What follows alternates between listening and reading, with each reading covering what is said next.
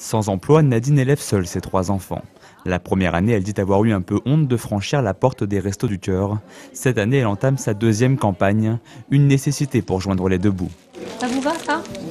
Les 2 sacs, là, j'en ai pour jusqu'à dimanche à peu près. Après, je reviens lundi, parce que financièrement, je peux pas. Et lundi, on en a encore à peu près jusqu'à vendredi. Ça dure à peu près une semaine si on fait attention.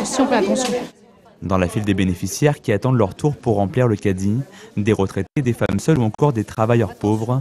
Sur ce centre de Magnan-en-Vexin, ils sont entre 15 et 20% de plus que l'an dernier. 140 familles épaulées par les restos.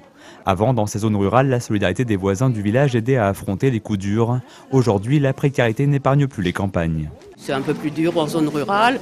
Il y a des problèmes de logement, bien sûr, comme partout. Mais il ne faut pas croire qu'il y a une solidarité extraordinaire, pas plus qu'ailleurs. Donc les gens, ici, on en voit tous les ans de plus en plus. Le centre des Restos du Cœur de Magny regroupe les bénéficiaires d'une trentaine de communes du Vexin. Certains font jusqu'à 25 km de trajet pour récupérer leur colis alimentaire. On se débrouille, il arrive qu'on serve les gens une fois par semaine. Au lieu de 2 fois, on ne les fait se déplacer qu'une seule fois. On leur donne le total de leur dotation de la semaine sur la même journée. Comme ça leur fait un seul déplacement au lieu de 2. Au-delà de l'aide alimentaire, les Restos du Cœur proposent aussi des vêtements et surtout de l'écoute à ces bénéficiaires souvent isolés. La 26e campagne qui a démarré ce lundi se poursuit jusqu'au 31 mars prochain.